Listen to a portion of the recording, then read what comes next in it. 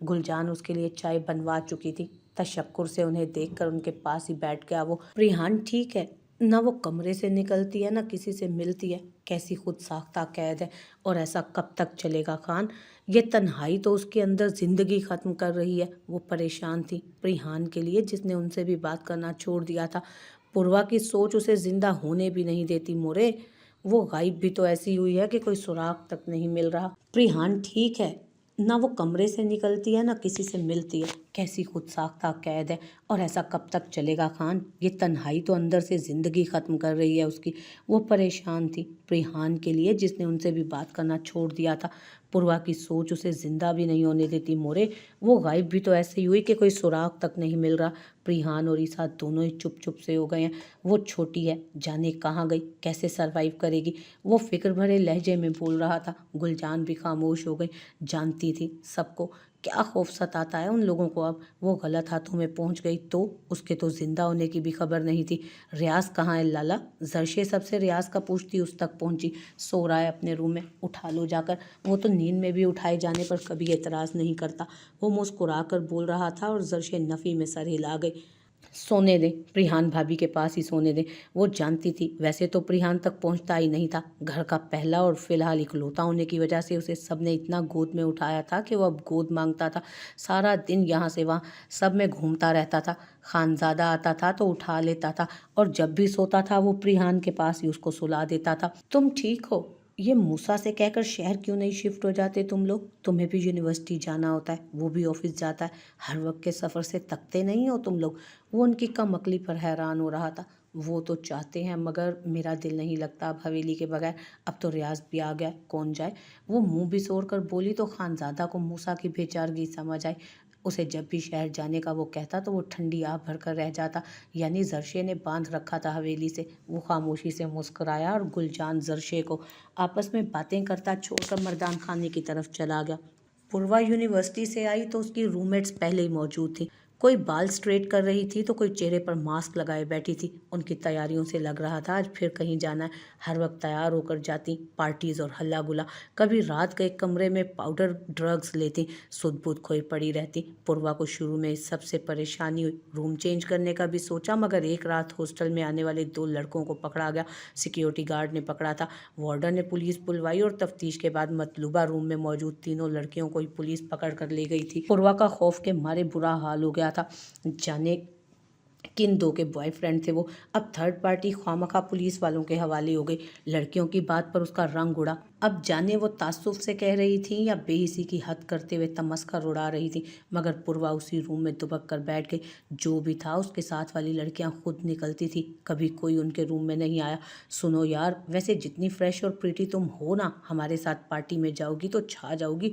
एक रूममेट ने उसे हिजाब उतार कर दुपट्टा फैलाते देख शरारत से कहा तो वो चौंकी। वो तीनों ही रश्क भरी नज़रों से पूर्वा का मोमी कमसिन चेहरा देख रही थी।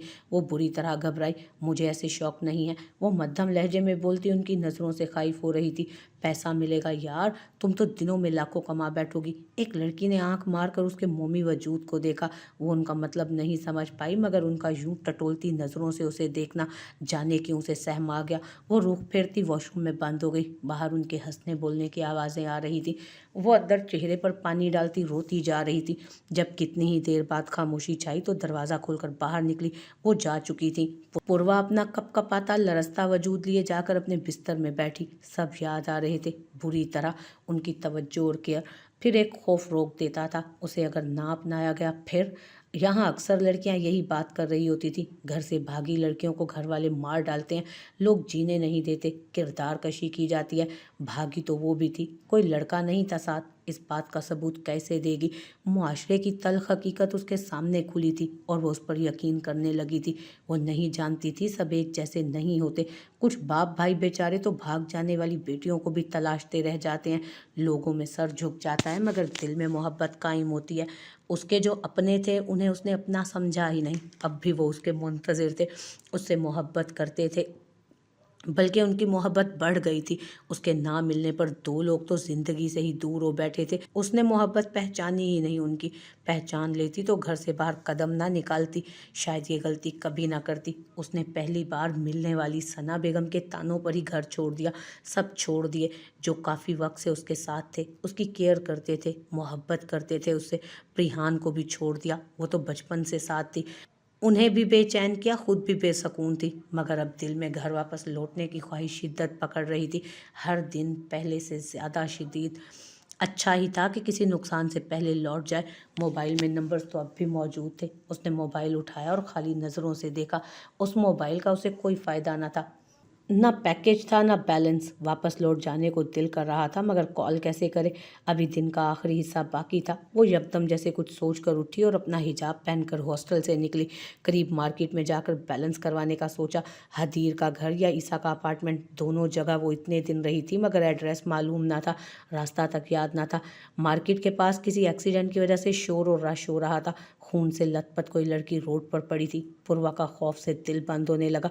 उल्टे कदमों वापस लौटने की कोशिश की। कदम रखती कहीं थी और जाते कहीं थे। सर चकरा रहा था। रोड के पास दीवार का सहारा लिए गहरे गहरे सांस भरती खुद को पुरसकून करने लगी। शाम ढले वापस हॉस्टल में लौटी तो तबीयत मुख्तर हो रही थी। बिस्तर पर गिरकर रोने लगी। ऐसा लगा जैसे वापसी का रास्ता बंद हो गया हो सारा। अब चाहे भी तो लौट नहीं सकती, ना बात कर सकती है। हालांकि रास्ते खुले थे, बस उसका दिमाग बंद हो रहा था। वो चाहती तो वार्डन से कहकर या किसी भी लड़की से मोबाइल लेकर कॉल कर सकती थी, हदीर को, मूसा को या ईसा को। वो सोचने समझने की सलाहियत गंवाई बिस्तर पर पड़ी रोती रही। सुबह उठकर उसे बैलेंस करवा लेना था, फिर कॉल करके बात कर लेगी, एड्रेस पूछकर घर चली जाएगी, सुबह सब कर लेगी। वो सोचते सोचते सो गई। उस रात उसके सो जाने के बाद जब वो लड़कियां लौटी तो हाथ में हमेशा की तरह पैसे नहीं थे। चेहरे पर घबराहट थी, जैसे किसी बड़े नुकसान से बची हो। उस रात वो लड़कियां अपनी किस्मत का अजियतनाक दरवाज़ा खटखटा कर लौटी थी। क्या खबर उनके हिस्से की मुसीबत कंबल में छुपकर बच्चों की तरह सोए उस नाजुक वजूद को भी अपनी लपेट में ले ले। दरवाज़ा जोर से बजने की आवाज़ पर पूर्वा घबरा कर उठी तो कमरे में बाकी तीन लड़कियां भी बौखलाई हुई उठ बैठी।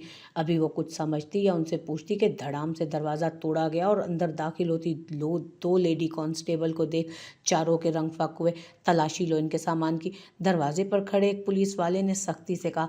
उनके सामान को बेदर्दी से उलटते पुलटते अलमारियां छानी जा रही थी। चीखों और रोने की आवाज़ें बता रही थी कि हर कमरे की ऐसे ही तलाशी ली जा रही है। पूर्वा साकित सी सब देख रही थी। जब अचानक एक लेडी कांस्टेबल ने अलमारी के बिल्कुल नीचे से कपड़े हटाए तो सफ़ेद पाउडर बरामद हुआ। सर सामान मिल गया। 4 लड़कियां इस कमरे में। उस औरत ने अपनी सख्त संजीदा आवाज़ में कहा, ले चलो सामान भी और इन चारों को भी। इनके मोबाइल जब्त कर लो। हुक्म मिलते ही पूर्वा समेत बाकी तीनों को खींचकर बाहर ले जाया गया। बाकी रूम से लेडी पुलिस निकलकर वापस जा रही थी, यानी उनकी तलाश मुकम्मल हो गई थी। पूर्वा का दिमाग बंद होता जा रहा था। उसके साथ क्या हो रहा था उसे कुछ समझ ही नहीं आई। उसे समझ ही नहीं आई। उन्हें वार्डन के रूम में बैठे पुलिस ऑफिसर तक लाया गया। बाकी तीनों ने मजामत की थी, जबकि पूर्वा बेजान पत्थर के मुजस्मे की तरह साकिन थी। हमने कुछ नहीं किया, क्यों लाए हो हमें? एक लड़की ने हिम्मत करके चीखते हुए पूछा था। सर, क्या मैं वजह जान सकती हूँ? मुझे इनके घर में जवाब दे होना होता है आखिर। वार्डन ने तहम्मुल से सवाल किया तो पुलिस ऑफिसर तंजिया मुस्कुराया। हमने कुछ घंटे पहले एक क्लब पर रेड की थी।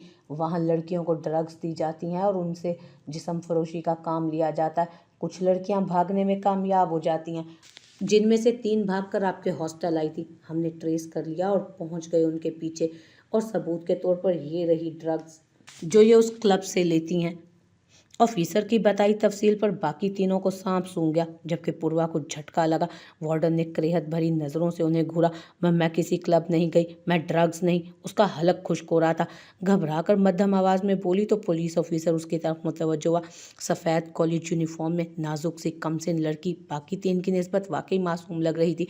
अभी पूछ लेते हैं, कल तुम बाहर गई थी या नहीं? अगर तुम्हारे हॉस्टल में रहने वालों की गवाही मिल गई तो छोड़ दिया जाएगा। उसकी बात पर पूर्वा का रंग फीका पड़ा।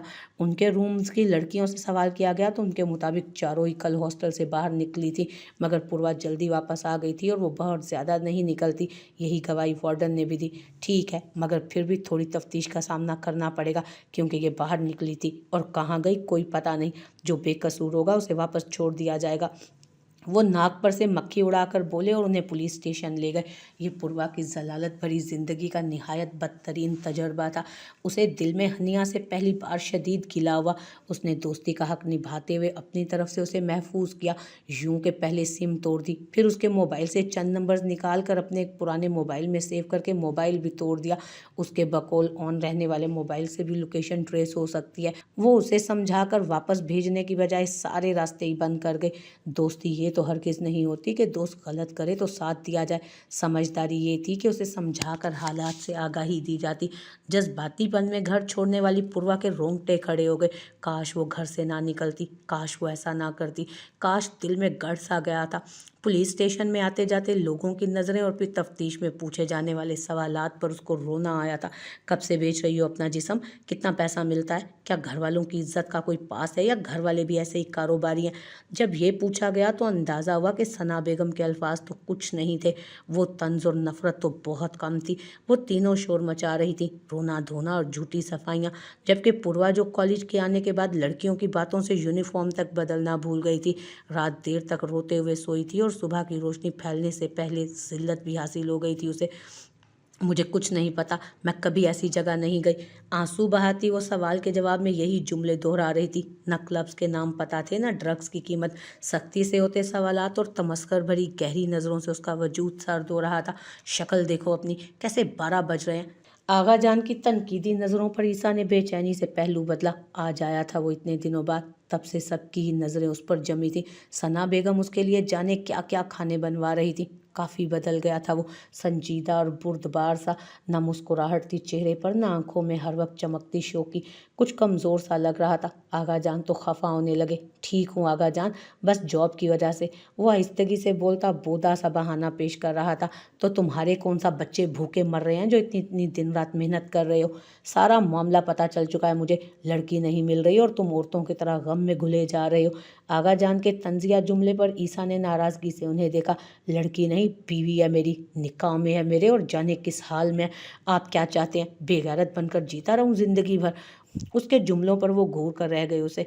हाँ तो गैरतमंद बनकर हिफाजत करनी थी ना, बैठे बिठाए बिना पूछे निकाह कर लिया, ऊपर से बकवास कर रहे हो मेरे आगे। शुक्र करो तुम्हारी हालत पर तरस खाकर सवाल नहीं किया इस छुपे हुए निकाह का।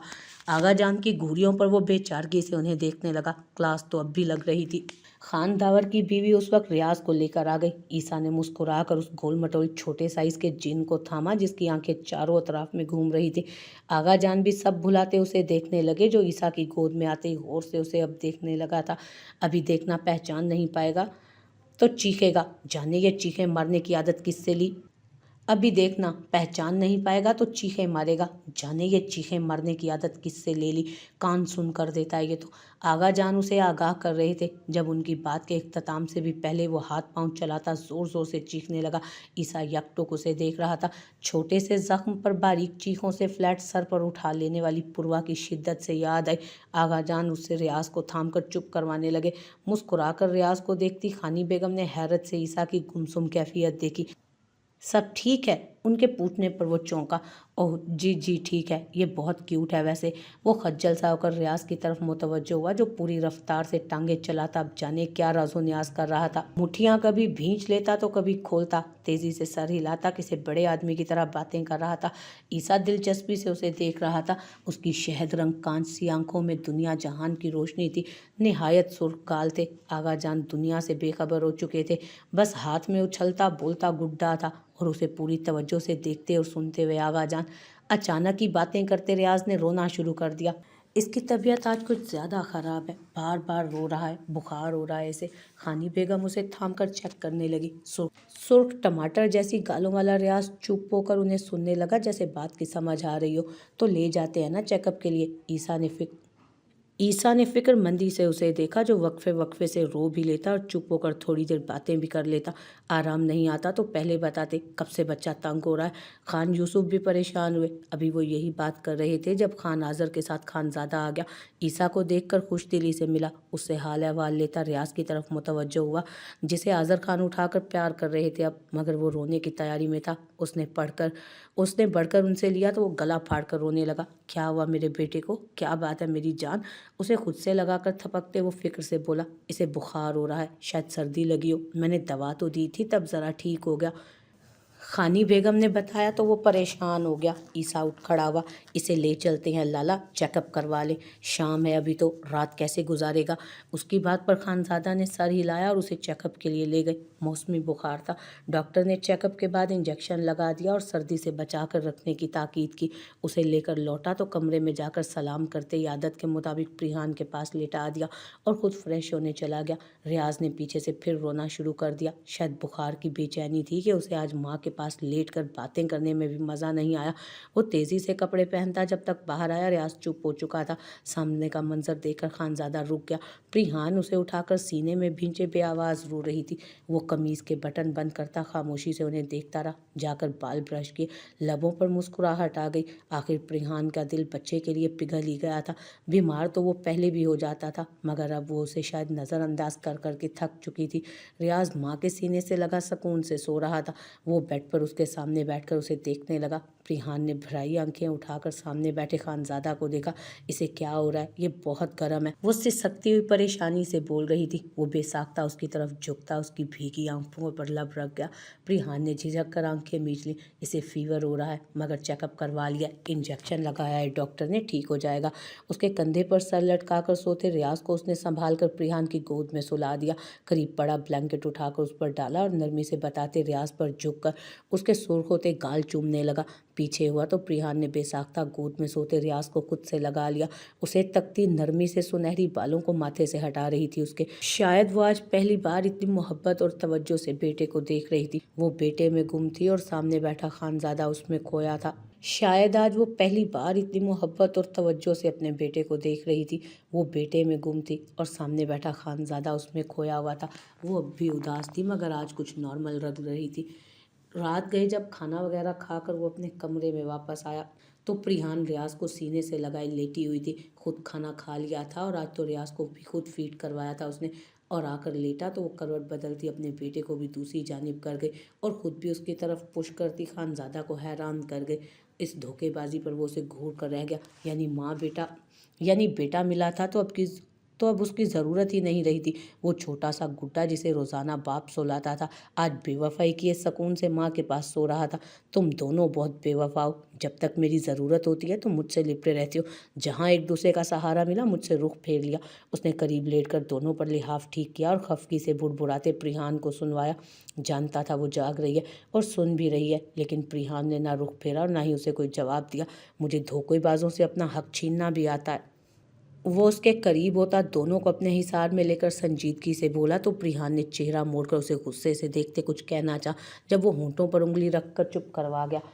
रियाज सो रहा है, जाग जाएगा, सुबह लड़ लेंगे। उसने सरगोशी की तो वो लब भींचती चेहरा मोड़ गई। खानज़ादा ने मुस्कुराहट दबाई और सोने की कोशिश करने लगा। जिंदगी जैसे मुकम्मल हो गई थी उसकी।